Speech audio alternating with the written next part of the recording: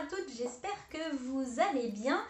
Chose promise, chose due, je vais vous présenter un petit tuto, alors plutôt rapide par contre, pour fabriquer votre pantalon, bali, taille, wrap, portefeuille, appelez-le comme vous voulez. Vous m'avez vu récemment m'envelopper dedans, c'est vraiment hyper agréable, super agréable avec, dès qu'il fait un petit peu chaud.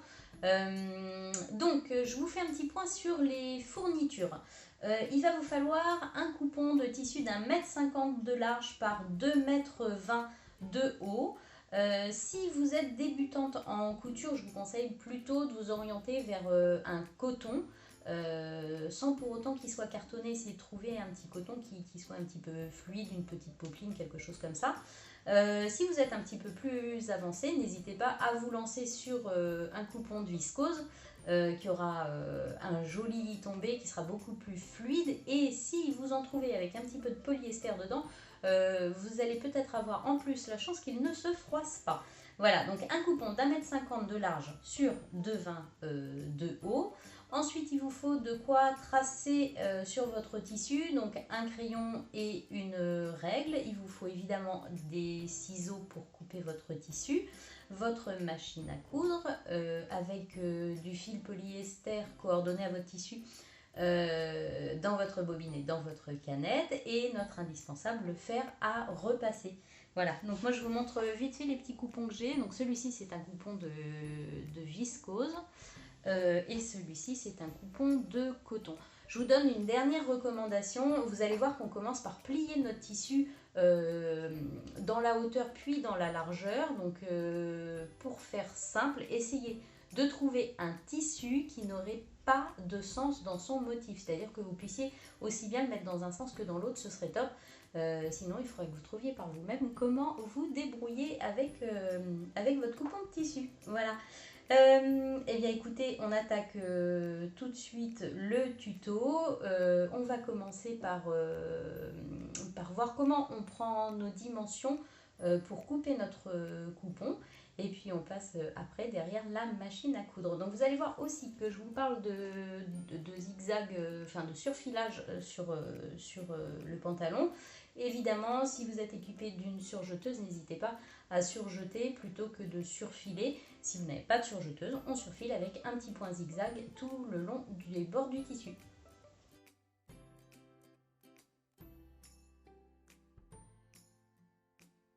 Vous allez donc commencer par prendre votre tour de taille.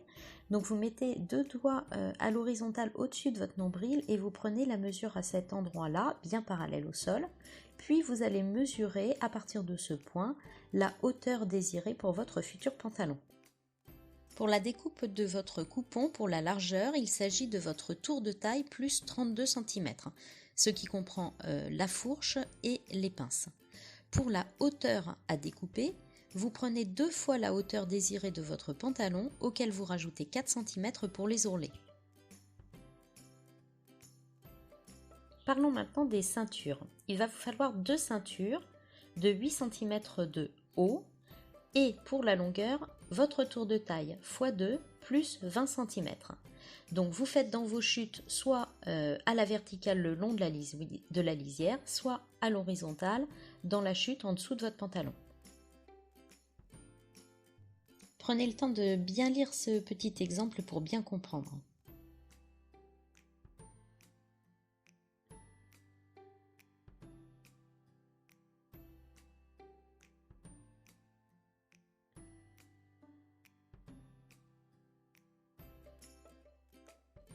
Je me retrouve donc face à mon coupon que je vais plier en deux, une fois dans la hauteur.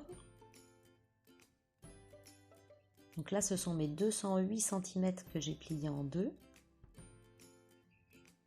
puis que je vais plier une fois en deux dans la largeur.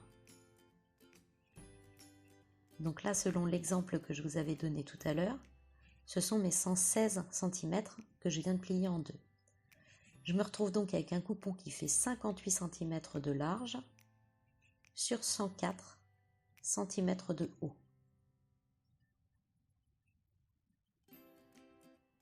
Vous voyez que dans les chutes et parallèle à la lisière, j'ai pu découper mes 2 ceintures.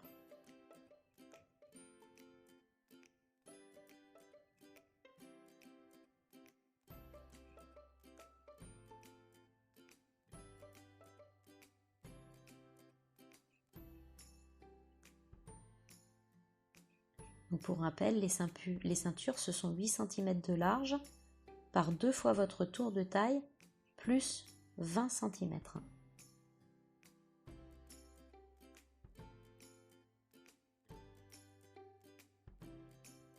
Donc là, vous voyez bien que dans le bas du coupon, je me retrouve avec mes 4 morceaux de tissu. Donc ça va être le bas du pantalon. Le pli de la largeur au milieu. Le pli de la hauteur tout en haut. Et les tissus qui se retrouvent pliés endroit contre endroit.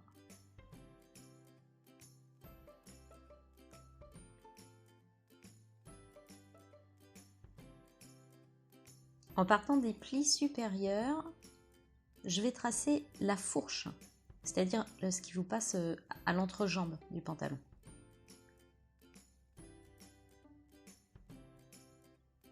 Donc en partant bien de l'angle des plis,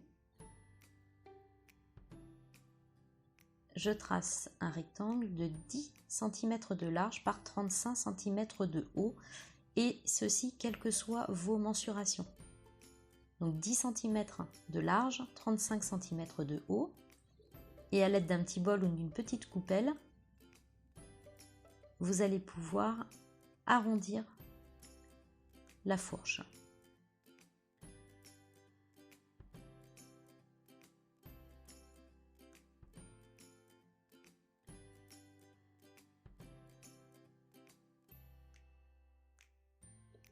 J'épingle ensuite à l'intérieur de la fourche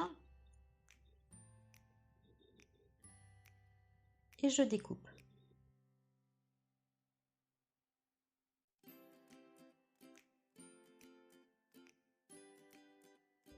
Je vais maintenant passer la lame des ciseaux dans les plis de la taille du pantalon et découper les 2 plis.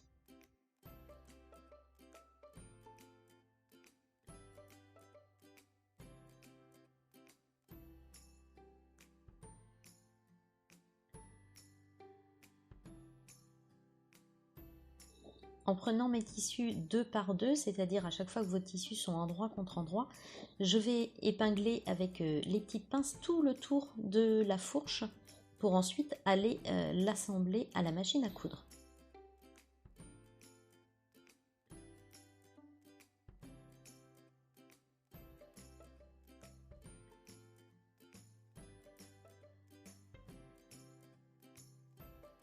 On va donc assembler au point droit à 1 cm du bord tout autour de la fourche, et puis après faire un petit surfilage au point zigzag ou à la surjeteuse si vous êtes équipé d'une surjeteuse.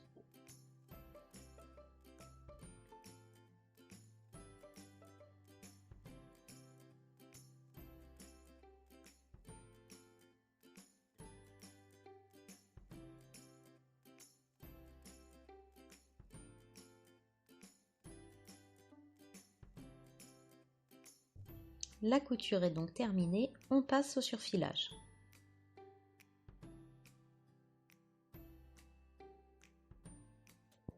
Alors pour ma part, c'est un surfilage que je fais à la surjeteuse qui est montée en 4 fils, mais elle pourrait être montée en 3 fils en enlevant l'aiguille de gauche, ou si vous n'avez pas de surjeteuse, un petit point zigzag en piquant une fois dans le tissu, une fois à l'extérieur du tissu.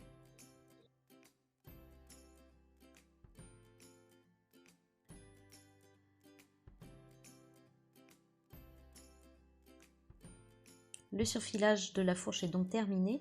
Si vous le souhaitez, vous pouvez procéder maintenant à la découpe d'un arrondi dans le bas des jambes en vous aidant d'une petite soucoupe ou d'un bol.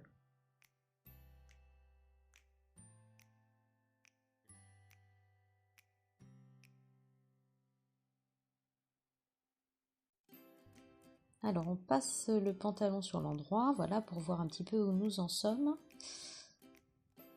Et puis surtout, ce que je vais vous montrer là, c'est qu'il va falloir surfiler ou surjeter le pourtour de chaque jambe.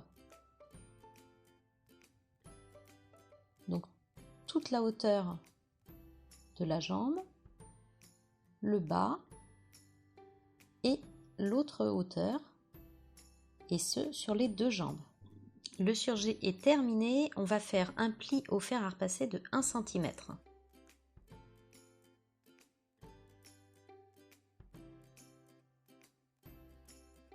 Allez, nous voilà sur la table à repasser.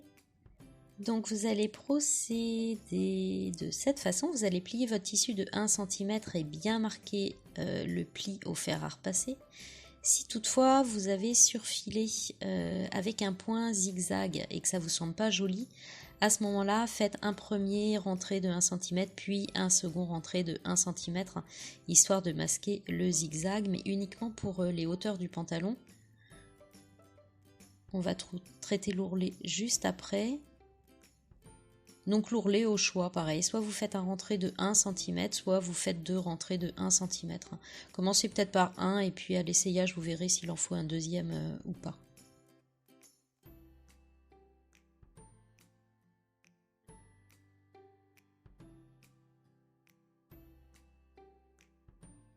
Voilà, une fois que vos ourlets sont bien repassés, eh bien nous allons pouvoir passer à la machine.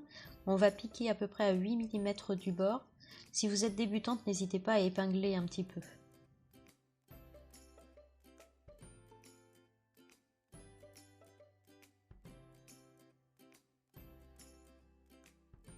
C'est donc parti pour la couture. On commence bien par un point d'arrêt. Donc je pique tout le long. Vous voyez, moi je suis largeur de pied de biche et puis de temps en temps, je vérifie que je suis bien en train de piquer dans mon surjet, que je pique pas à côté, ce serait dommage.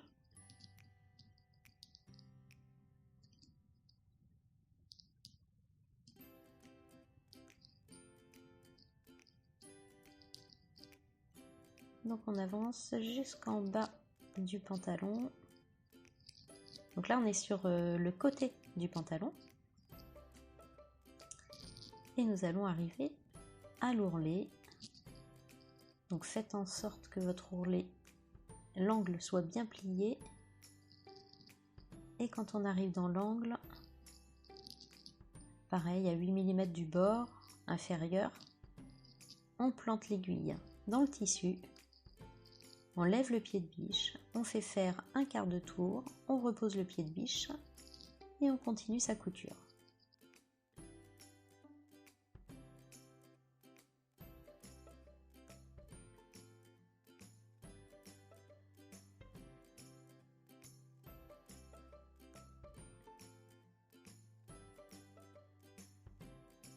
On s'occupe maintenant de la ceinture.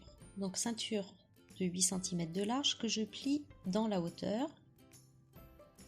Je repasse tout le long. Donc je viens de marquer le milieu de la hauteur de la ceinture. Je réouvre mon pli et je viens plier chaque bord de 1 cm. Donc tous les plis qu'on est en train de faire se font envers contre envers.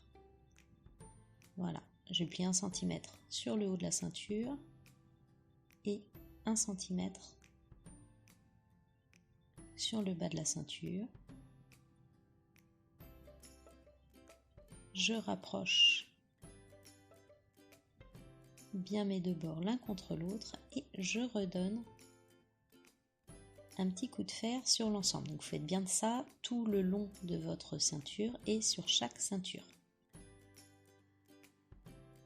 Alors on va dans un premier temps juste coudre l'extrémité de la ceinture. Donc j'ai plié ma ceinture endroit contre endroit, mais en maintenant les plis de 1 cm fermés.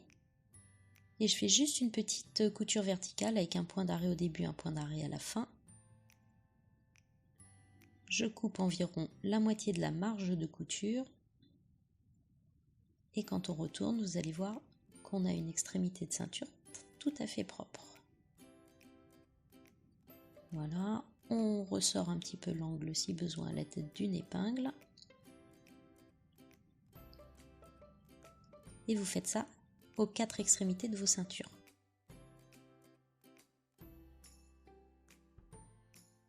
Allez, on va donc s'attaquer maintenant aux pinces sur le dos et le devant du pantalon. Donc on va tracer nos pinces sur l'envers du tissu. Notre repère c'est la fourche et on va tracer la pince à 15 cm de la fourche sur une hauteur de 13 cm. Donc on part à 15 cm de la fourche, on met un petit repère, on trace une perpendiculaire de 13 cm et on va faire un petit repère de part et d'autre de cette perpendiculaire à 3 cm. Donc 3 cm à droite, 3 cm à gauche.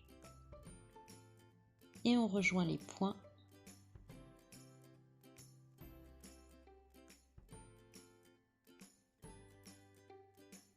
Voilà, donc je rejoins le point de gauche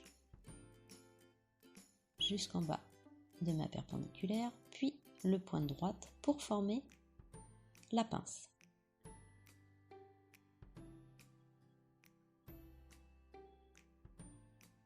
On va renouveler l'opération, cette fois à gauche de notre fourche.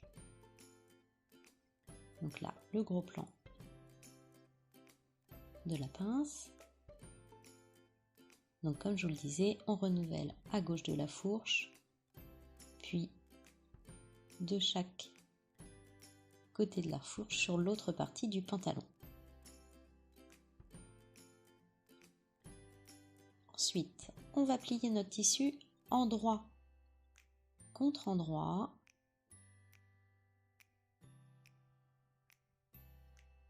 Le long de la perpendiculaire.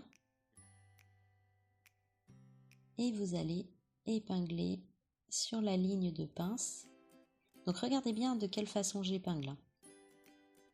L'excédent du tissu va être sur ma gauche quand je vais être devant ma machine à coudre. Et je mets bien la tête de l'épingle vers le bas. Voilà, comme ça j'aurai pas de difficulté pour retirer mes pinces au fur et à mesure que je vais coudre.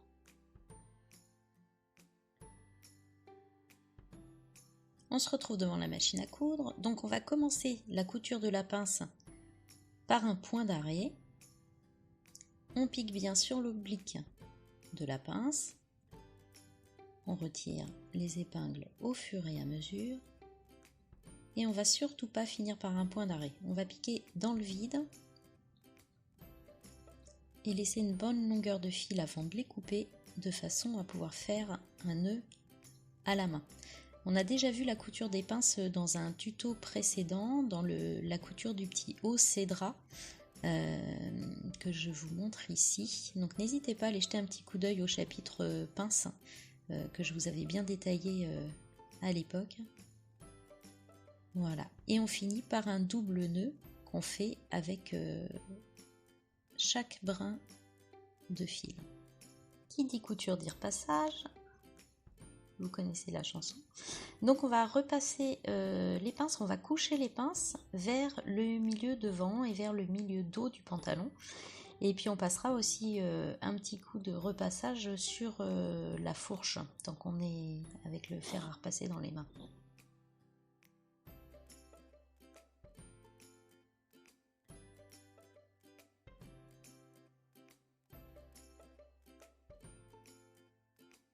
Allez, on va s'occuper maintenant de la pose des ceintures.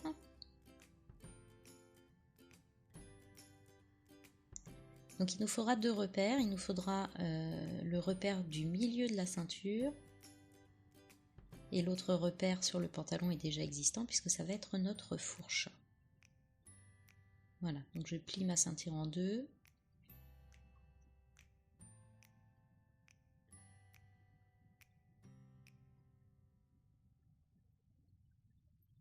Je mets une petite épingle pour marquer le centre de la ceinture.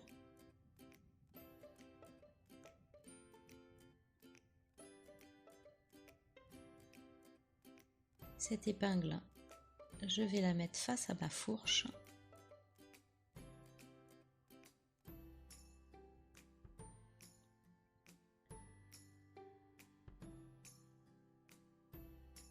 Et je vais venir insérer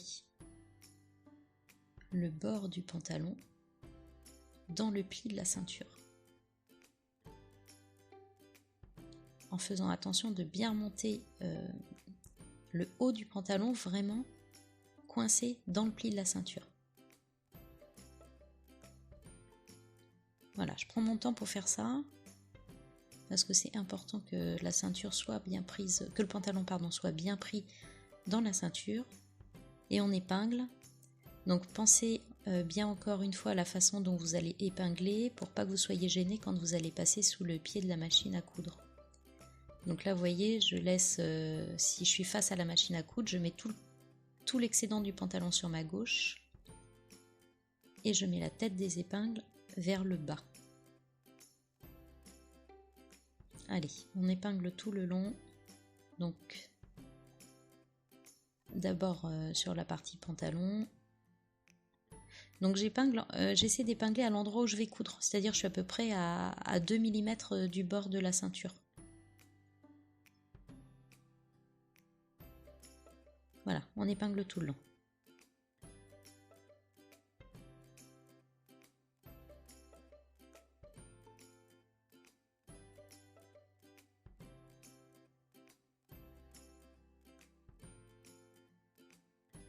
Et on passe donc en couture.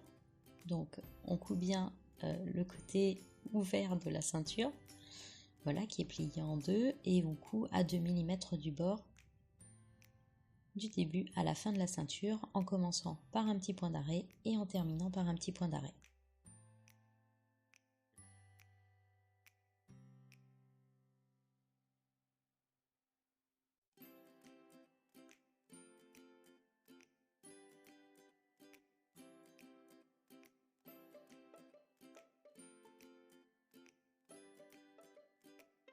Et bien voilà, on arrive au terme de la confection de notre pantalon.